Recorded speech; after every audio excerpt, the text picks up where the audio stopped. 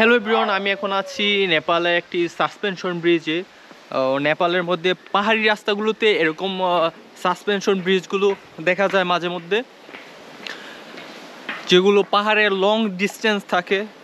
ওগুলোর মধ্যে নর্মালি অনেক জায়গায় আপনার সাসপেনশন ব্রিজগুলো দেখা যায়। প্রায় পোখরা থেকে 11 কিলোমিটার দূরে আমরা আসছি এখন সাসপেনশন ব্রিজটি দেখতে এবং এটার ফিল নিতে। আসলে আমরা তো ইউটিউবে ফেসবুকে নর্মালি অনেকে দেখি, কিন্তু ফিল না করলে এটা বোঝা যায়। এটা কিন্তু খুবই সুন্দর, সাসপেনশন করতেছে, জাম করতেছে, সাসপেনশনের জন্য জাম করতেছে, খুবই সুন্দর,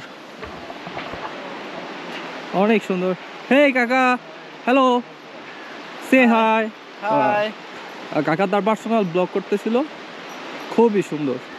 ও, আর চারপাশে মেবি কোথাও ঝর্ণা আছে, ঝর্ণার শব্দ পাওয়া যাচ্ছে। Wow, it's great, feeling good. ওই যে ওইখান থেকে মূলত ঝর্ণাও শোনা যাচ্ছে। এই যে এখানে থেকে ঝর্ণাও শোনা যাচ্ছে, পানির শব্দ। আর বাতাসে তো শো শো শব্দ কানে আসছে, খুবই ভালো লাগছে। আমরা একটু যাই সামনে। Wow, for me. এটা আমার জীবনের ফার্স্ট টাইম কোনো সাসপেনশন ঝুলন্ত ব্রিজে ওঠা।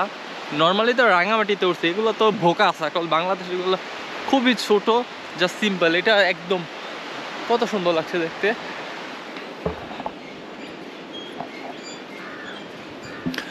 নর্মালি আমরা যে গ্রামে নর্মালি যে বাঁশের সাঁকু আছে, ওগুলো উঠতে ভয় পাই, তাহলে কিন্তু অবশ্যই এটা তো উঠতে ভয় পাবেন, আমি জানি। কারণ এটা যখন আপনি উঠবেন এভাবে ধুলে, অলরেডি কিন্তু আমরা শেষ করে দিয়েছি এখন উঠে। মোটামুটি অত বড় না। এই যে এখান থেকে দেখুন বেউ,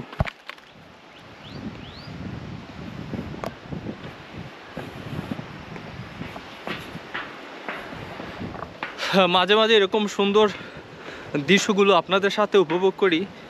আপনি একটু জানুন, দেখুন, এর জন্য আপনাদের সাথে উপভোগ করা।